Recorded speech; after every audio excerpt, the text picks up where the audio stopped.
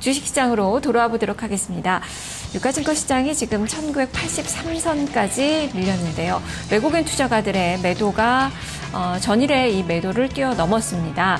456억 원가량의 매도 5위, 지금 IT 쪽의 매도가 가장 많이 보여지고 있고 금융업종이 그들을 따라서 한 2위권으로 나타나고 있는데 바로 삼성전자, 삼성생명에 대한 매도가 집중이 되고 있습니다. 이 밖에도 LG화학이나 현대중공업, 현대제철에 대해서도 매도 물량이 창구상으로 조금 더 늘어난 그 움직임이 나타나고 있는데요. 허 의원님, 네, 변화 상황들 한번 짚어볼까요? 네, 일단 그 화장품 쪽 좀 더 이제 호가가 높아지네요. 아모레퍼시픽이 이제 5.53%까지 급등하고 있고요. 그리고 사상 최고가 경신입니다. 5.53% 급등세이고요. 한국콜마랑 코스맥스 이런 쪽들 그래서 좀 양호하게 호가 전개되고 있습니다. 그리고 고려아에는 뭐 그 정도 흐름에서 계속 유지가 되고 있고요. 항공주가 오늘도 2분기 실적 가이던스 이제 증권가에서 나오게 되면서 그렇게 많이 나쁘진 않을 것이라고 했었는데요. 대한항공이 뭐 한진의 우려가 있긴 합니다만 오늘 1%가량 소폭적 반등해지는 흐름세 나옵니다. 그리고 텔레콤은 상승폭이 조금 둔화되는 흐름 한 0.8%까지 내려와 있고요. 하이닉스는 약보합 좀 그대로 유지됩니다. 그리고 오늘 조금 이제 가슴 아픈 종목이죠. 그 동양이 이제 오늘 다시 거래 재개가 들어갔는데요. 기준가가 2,500원으로 이 회사가 이제 감자했다 증자해서 주수가 2억 주로 늘어나는 상황인데 채권자들이 이제 55%는 주식으로 다 회수를 해야 되는 상황이에요. 근데 이제 보호회수가 안 걸려 있기 때문에 모두의 예상처럼 바로 다 하한가 들어갈 것으로 봤었는데 뭐 오늘 그대로 마이너스 50% 나와서 1,415원 찍고 바로 개장하자마자 하한가에 들어가 버렸거든요. 1,205원에 4천만 주 팔자가 나와 있는데요. 저렇게 된다고 그러면 일부 예상하는 것처럼 한 600~700원 선까지 내려갈지도 모르겠습니다. 어쨌든 오늘 4천만 주 정도 하한가 실리면서 뭐 거래는 9억밖에 안 되는데 조금 안타까운데 현재 1,205원의 동양이 4천만 주 하한가로 물량이 좀 나와 있습니다. 네, 동양이 지금 출자 전환 주식 거래 지금 첫날인데 가격 제한폭까지 떨어지고 있고요. 또 거래가 재개된 종목이 있죠. 한진해운 홀딩스입니다. 이 종목은 반대로 지금 상한가를 달리고 있어요. 인적 분할 후에 지금 매매 거래가 재개되면서 화려한 그 출발을 보여주고 있는데요.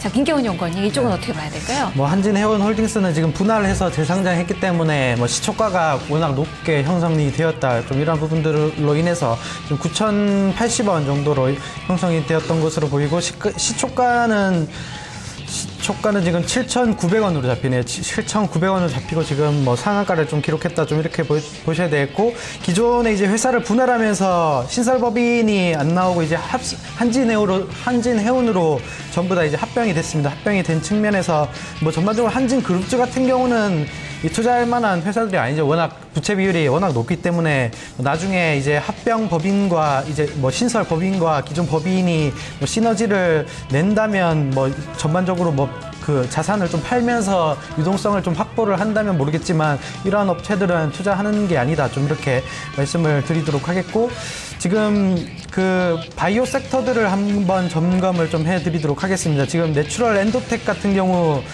이 신고가를 만들었습니다. 지금 72,700원 정도 박스권을 돌파하는 모습들이 오늘 장 나오고 있고, 이 기업은 밸류에이션이 지금 셀바이오텍과 같이 올라가는 회사이기 때문에 나중에 밸류에이션, 고밸류에이션을 뭐 화장품주가 굉장히 좀 고밸류에이션을 받는 것처럼 이런 부분들도 이 오랫동안 성장성이 꺾이지 않는 한 고밸류에이션은 타당해진다. 좀 이렇게 말씀을 드리도록 하겠고, 아이센스나 1분기 실적이 부진했지만 어느 정도 이제 미국 쪽에서 혈당 측정기에 대한 부분들이 좀 회복이 되고 있는 아이센스 같은 경우도 중기적으로 충분히 접근이 가능한 이제 종목들이다. 좀 이렇게 말씀을 드리도록 하겠고, 세운 메디칼 같은 경우도 오늘 한 2% 정도 강세를 좀 기록하고 있습니다. 전반적으로 개별주 같은 경우는 매매할 종목들이 좀 있기 때문에 이 대형주가 반등한 부분들을 좀 기다리지 말고 오히려 개별주로 수익률을 좀 쌓아가자. 좀 이렇게 말씀을 드리고 싶습니다. 네, 간단하게 하나만 더 질문 드릴게요. 김경훈 연구원님, 동국제강의 경우 어제 계속 그동안에 떨어졌다가 양봉을 내서 이제 바닥이 아닌가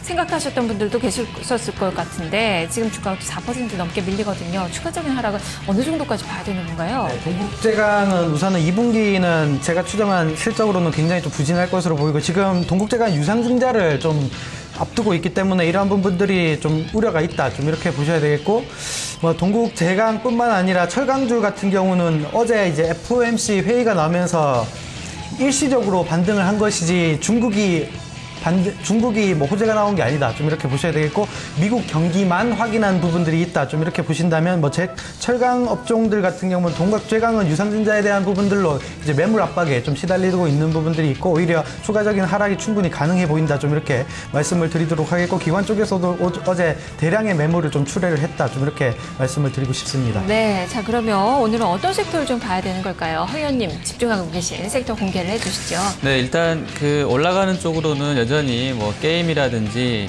뭐 인터넷, SNS 이런 쪽들, 그러니까 경기에 좀 무관하게 이제 신성장 동력이 되고 있는 이런 쪽들, 그리고 이제 에너지 컨셉으로는 오늘 이제 우리 산업이라든지 뭐 코디에스 P&E 솔루션, 또 일진 머티리얼즈 전기차 관련해서도 좀 움직이고요.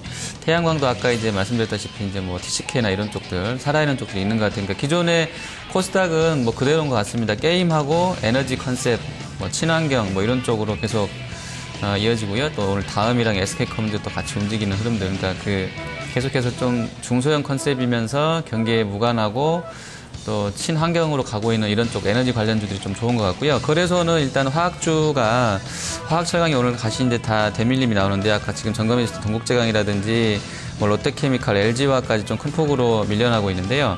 아무래도 중국에 대한 그 부동산 지금 뭐 2년 만에 처음으로 전월 대비로는 부동산 가격 하락한 것으로 나와 있는데, 뭐 이러한 부분들을 조금 안 좋게, 그 유동성 풀려서 어제 상품 가격 올라간 것보다는 뭐 중국에 대한 경기 우려를 좀 더 보고 있지 않나 이렇게 생각이 듭니다.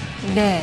자, 지금 전체적으로 좀 봐야 될 그 종목들 좀 살펴봤는데, 김경훈 연구원님은 오늘 집중하고 계시는 그 섹터가 있으신가요? 네, 우선은 개별주 매매를 좀 해야 되겠다. 좀 이렇게 말씀을 드리고 싶습니다. 지금 그 삼천당제약을 한번 좀 보시도록 하겠습니다. 삼천당제약 같은 경우는 이 신고가 패턴을 좀 만들고 있는데, 이 회사의 시가총액이 지금 1,500억 대이기 때문에 1,500억 대비 밸류에이션을 보면 뭐 DHP 코리아 그 지분가치 반영하더라도 올해 연간 실적 대비해서는 좀 싸다. 좀 이렇게 관점을 좀 말씀드리도록 하겠고, 오늘 그 올해 연간으로 한 100억 원 정도 넘을 것으로 보입니다. 그렇게 되면 밸류에이션으로 보면 어느 정도 한 10배 중반 정도 나온다. 그렇게 되면 밸류에이션 매력이 일부 중소형 제약사긴 하지만 뭐 DHP 코리아가 워낙 잘 성장을 하고 있기 때문에 이러한 부분들 좀 매수 접근으로 충분히 가능하다. 좀 이렇게 보셔야 되겠고, 뭐 이 실질적인 주체인 DHP 코리아도 떨어지면 모아가야 되는 회사다. 좀 이렇게 말씀을 드리고 싶습니다. 인공 눈물 관련해서 시장의 성장성이 실질적으로 좀 올라오고 있고, 지금 중국 쪽에서 조인트 벤처를 좀 설립을 할 계획이 있기 때문에 향후 뭐 월마트 같은 경우는 이제 내년부터 좀 실질적으로 미국 쪽에 향 매출이 좀 반영이 되겠고, 그리고 중국 쪽에서도 조인트 벤처를 통해서 진출을 할 것으로 좀 예상이 되기 때문에 빠지면 매수하자. 좀 이러한 관점으로 좀 개별주 대응을 좀 해드리도록 하겠습니다. 네, 역시 두 전문가가 모두 개별주 모멘텀이 있는 그런 종목군들을 체크를 하고 있네요. 그리고 지금 대한해운이 상승폭 상당히 높습니다. 3.5%가량 오르고 있는데, 이 종목은 또 실적주로서 움직이고 있다는 점도 체크를 해보시면 좋겠습니다. 자, 오늘 장 포인트 다시 한번 점검을 해보도록 하죠. 자, 허 의원님, 상품 가격 강세에 집중을 하셨습니다. 네, 어떤 예. 코멘트 주실까요? 네, 일단 그 10시 반에 이제 개장하기 전까지는 좀 이제 보자고 말씀드렸고요. 10시 반 이후에 중국이 어떻게 나오는지 따라서 아침에 밀렸던 부분이 또 이제 되바뀔 수도 있는 것이니까요. 소재 산업재고는 좀 보시면 좋을 것 같습니다. 대표적으로는 현대미포랑 롯데케미칼, 현대미포, 롯데케미칼, 그리고 고려아연 이 정도 해서 현대하이스코까지 넣겠습니다. 이렇게 해서 한 이 종목들의 시세 흐름을 좀 장중에 보시면서 대응이 필요할 것 같습니다. 네.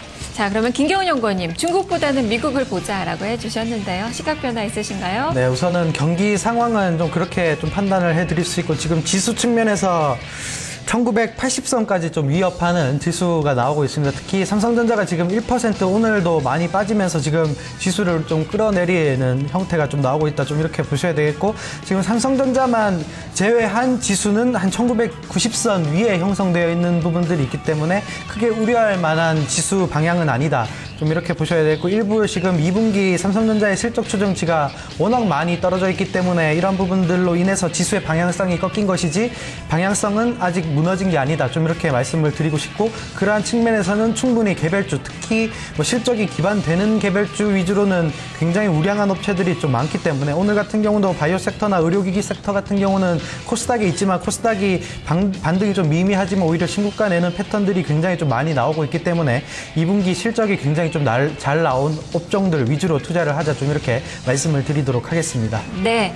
자, 지금 현재 시장은 1984선 정도, 지수는 어느 정도 지금 약세권에서 멈춰 있는 그 상황이고요. 삼성전자가 지수를 주도를 하고 있는 그 모습입니다.